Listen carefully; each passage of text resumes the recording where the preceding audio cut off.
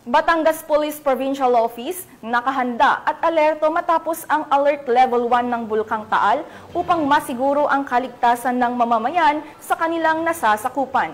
Patrolman Joshua Cruz, ibalita mo.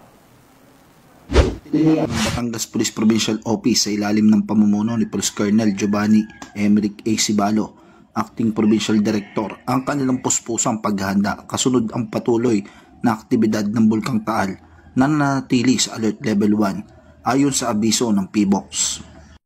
Sinigurado ng Batangas PPO na nakahanda ang lahat ng kinakailangan ng hakbang sa paghahanda sa kalamidad upang mapangalagaan ang mga Batanggenyo, lalo na ang mga komunidad na nakapalibot sa Taal Lake. Patuloy ang sinasagawang pagsubaybay at mahigpit na pakikipag-ugnayan sa PBOX, Provincial Disaster Risk Reduction and Management Council at iba pang ahensya ng gobyerno. Ito ay upang matiyak ang isang nagkakaisa at agarang pagtugon hinggil sa katayuan ng Bulkang Taal.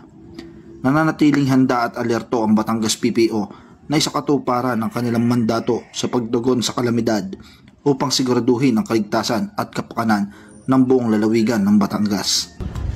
Mula dito sa Calabarzon, ako po ang inyong Police News Network Correspondent, Patrolman Joshua Cruz, alagad ng batas, tagataguyod ng Balitang Pulis.